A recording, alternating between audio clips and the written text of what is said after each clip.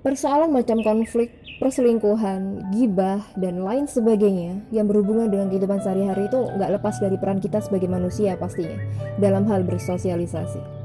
Semuanya nggak luput dari peran moral dan etika kita di masyarakat. Bagaimana kita dipandang oleh orang lain tergantung dari sikap kita atau tingkah laku kita. Hal itu tergantung dari kebiasaan yang kita lakukan setiap harinya. Sebelum itu, hey, kenalin, namaku Wulan. Di channel ini kita akan berbagi tentang segala hal yang terjadi di sekeliling kita, yang berkaitan tentang edukasi maupun sebuah pengalaman.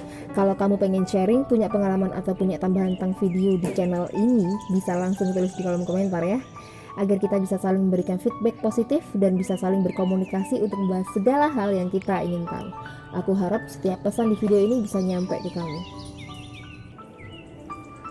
Yang kita dengar dan kita tonton setiap harinya sangat mampu merubah pola pikir dan cara pandang kita. Kita sedang berdiri di masyarakat seperti apa, itulah yang mampu membentuk kita secara keseluruhan. Entah itu pola pikir, keyakinan kita, bahkan sampai berimbas pada masa depan kita. Iya, sedalam itu peran lingkungan dalam membentuk kita. Coba sekali-sekali kita lihat efek atau perubahan apa sih yang kita dapat jika kita stay di kebiasaan buruk. Seperti contohnya gibah. Kita membicarakan orang lain yang belum tentu kebenarannya. Kita korek-korek segala info tentang seseorang untuk konsumsi pembicaraan kita. Dan kita berusaha untuk menganalisa kemungkinan kenapa orang yang kita gibahi seperti ini atau seperti itu. Selain kegiatan ini menimbulkan dosa, juga membuat kita bisa berprasangka buruk. Kita bisa jadi membenci seseorang karena kabar yang belum pasti, dan bahkan bisa sampai merusak hubungan yang sebenarnya bisa saja berjalan baik, tapi rusak hanya karena gibah.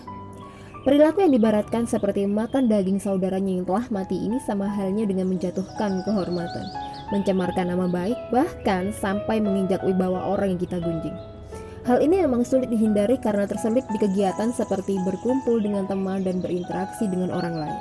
Untuk menghindarinya, pasti berhubungan lagi dengan lingkungan, seperti berkumpul dengan orang-orang yang soleh, menjaga lisan, introspeksi diri, berpikir positif, saling mengingatkan, bahkan harusnya memperbanyak istighfar.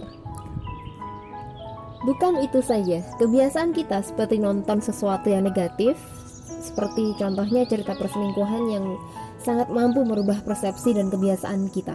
Bohong nih kalau kita bawanya nggak curiga mulu sama pasangan setelah nonton drama Korea perselingkuhan.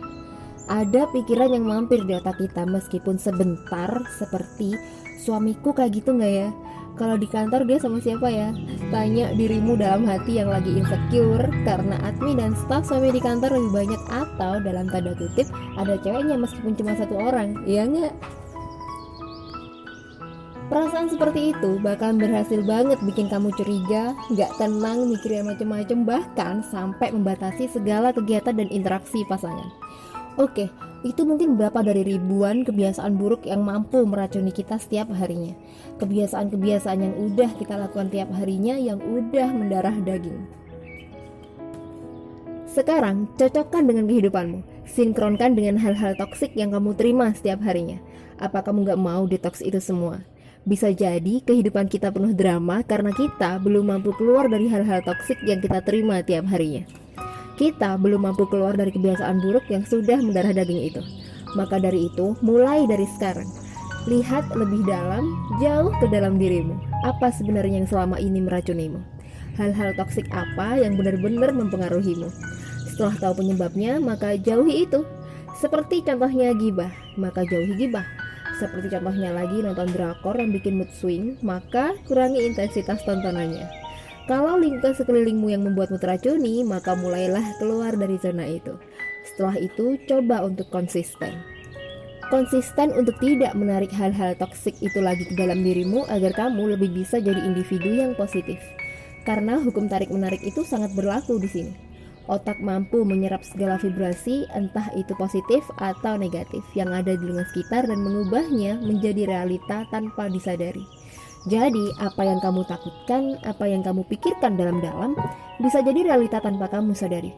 Jadi, konsisten untuk tidak membiarkan dirimu sendiri teracuni dengan hal-hal toksik seperti omongan orang, nonton drama toksik, musik yang bikin sedih, dan lain-lain. Jangan pernah izinkan hal-hal seperti itu masuk dengan bebas di alam bawah sadar kamu. Karena impact yang sangat besar itu sangat mampu merubah bagaimana kamu ke depannya. Oke, semoga ini membantu kamu untuk selangkah lebih baik. Bye, see you on the next video.